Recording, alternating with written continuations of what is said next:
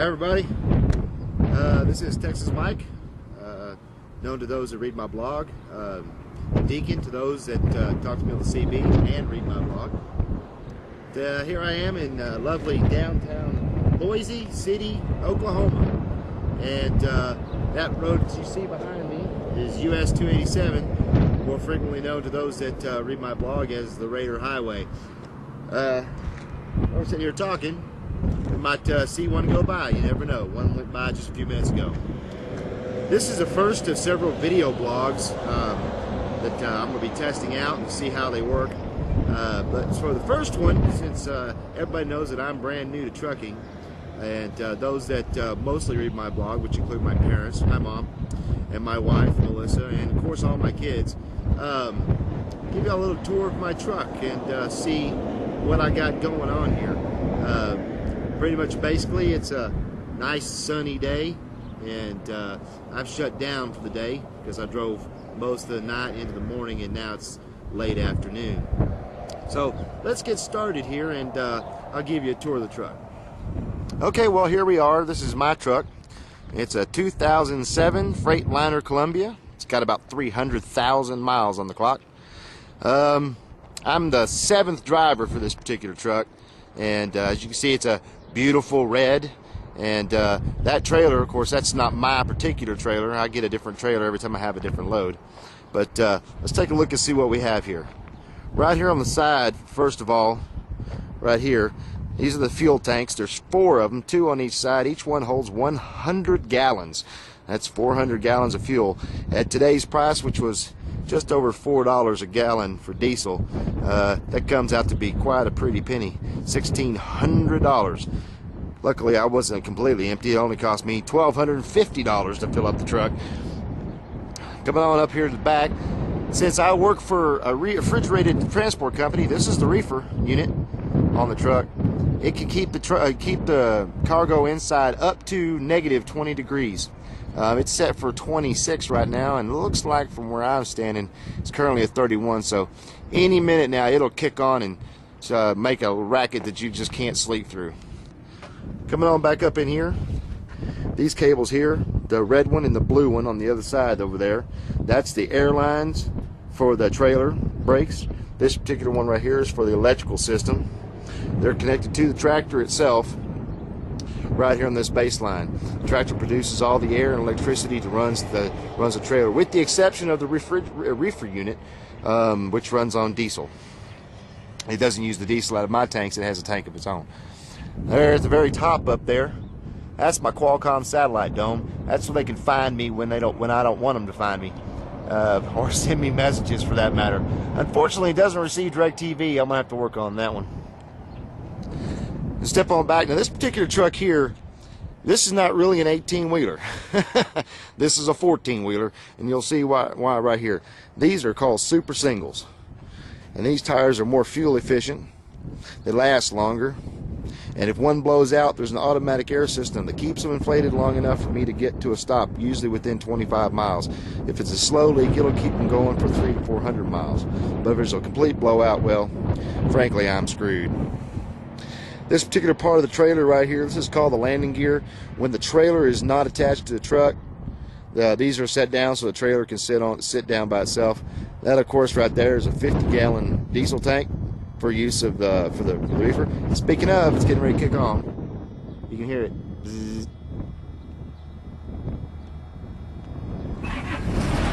There you go. All right. This particular trailer, like all of our trailers, are 53 feet long. They're heavily insulated. Keep even when that unit goes out, it can keep the temperature from climbing more than 2 degrees per hour unless it is over 90 degrees outside. Now, I can't show you the inside because right now I have a load. I have my lock and, of course, a strap seal on there to keep people out. This little door here is used for ventilation. I don't want to open it because it'll let all the cold air out. It's an old trailer. This is number 146. It's pretty beat up. As you can tell, it's got a lot of scratches and dirt. Looks like one of them rabbits they hit in Colorado flung up on the side there. Those are the other 2 fuel tanks right there. 100 gallons per tank, that's a lot of fuel. This is my baby, 4555. These tall antennas here are the CB. That little round stubby one right there is for my XM radio. And those upper windows are for the condo sleeper. Now I don't have a mattress in the top, but if I have somebody riding with me, I can get one out of the shop, and so they can sleep in the truck with me. Oop, almost dropped the camera. All right, well, let's take a look inside, shall we? Yep, first thing you're gonna see, fire extinguisher, never fails, gotta have one. So this is the driver's seat. And basically the control system is just like any other vehicle, just a lot more bells and whistles. Since this is a standard transmission as opposed to an automatic like most cars, yeah, we have multiple gauges for tracking the speed. Over here's the RPMs. Now the RPMs are more important than the speed because this is what governs how well the engine runs. Alright, air gauges, fuel, oil, and water pressure. Got myself a little compass right there in my calendar. This right here is a trailer brake. You're not really supposed to use it ever, but it will stop the truck if you absolutely have to. Why it's even there, I don't know, because if that thing's working, usually the regular brakes are working. The rest of these switches are for the lights. Cruise control, that's my cell phone holder. Dome lights, marker, wipers. A little picture of me and my wife on our wedding day. Those two add-on switches are for the Jake brakes. That right there is a remote control for my satellite radio. That's a remote control for the Qualcomm communications. These switches are all control how the truck runs. For the engine spin, the fifth wheel lock, okay, which is what connects the trailer to the tractor, and that bottom down there is for airlift for the trailer itself. These two switches here are the air system. The bottom one is for the tractor. The top one is for the trailer. And of course we got regular air conditioning controls and a regular radio. This gray box right here is Qualcomm. I'm not going to pull it off because it takes 5 minutes just to get it back into the harness. And that right there y'all might recognize is a laptop computer, and right now what's on it is I run Copilot Truck 11, which is a truck specific GPS system. It allows me to avoid low bridges and things like that, and stick to roads that are specifically for trucks. That's the GPS receiver over there. We're going to step up and get a better look. Of course, my trash, y'all don't need to see that. Alright, there's a better picture of the Qualcomm. That's an adapter for the DC plugs, and right now I only have my cell phone cable plugged into it. And of course, the gear shift. Coming up here, this is, of course, the lighting's bad. Let me turn on the lights. Well, that didn't help very much, now did it? Alright, this is my CB radio. My satellite radio is right there, but you can barely see it. Boy, the lighting in here is horrible. These are storage bins under here and under here. That's my Races pager. I really need to do something about that. And this bin up here, I keep my paperwork and stuff up in this far corner over here. But everything else up here is food and stuff, snacks and things like that don't go someplace else. I got my mag light mounted up there. That's my tire thumper or lizard beater, depending on how you want to talk about them. And that's my logbook. Keep my first aid kit and other papers up here. It's actually pretty big in here. You got plenty of space. It just don't look very good on video. And over here I keep more storage bins with all kinds of stuff. One of my mirrors because I'm vain. And you got a lot of clothes up in here. The top two are just clothes. The bottom two is just, well, junk. Got myself a full-size dorm refrigerator with a freezer inside. The refrigerator is actually supposed to go in this space underneath here, but I keep my boots and my Wellingtons under there and other stuff that I don't wear very often. Of course, down here, that's my bed.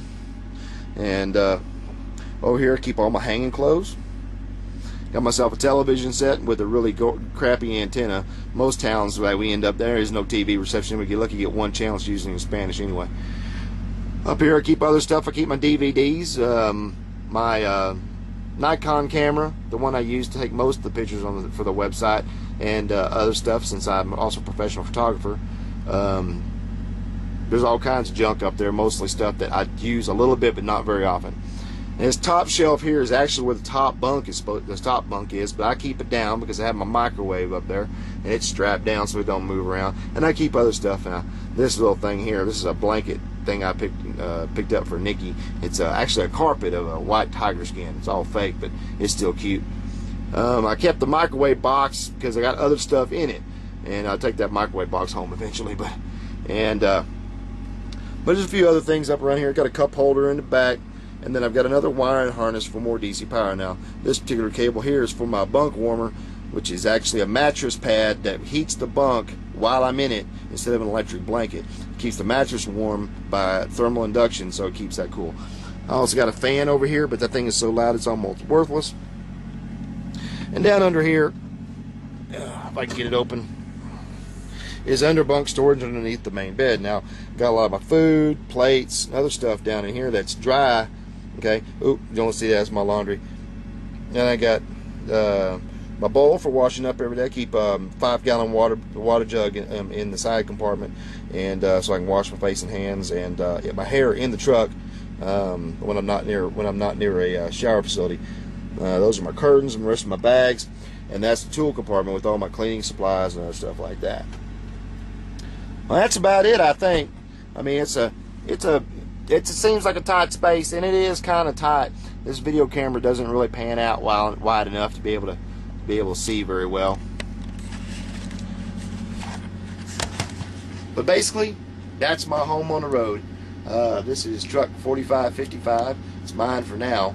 Only Lord knows how long I'm going to have it. I've been having nothing but mechanical problems with it for the last 2 weeks. But you know, it's still sunlight outside. There's a Pizza Hut across the street, and frankly, I'm tired of sandwiches and microwave dinners, so I'm going to head across the street and get me a pizza. I love everybody. Thank y'all for reading my blog, and thank you for watching this pointless mess for 10 minutes, but hopefully y'all like it, and I'll make some more. So leave your comments, and y'all be safe out there. Bye.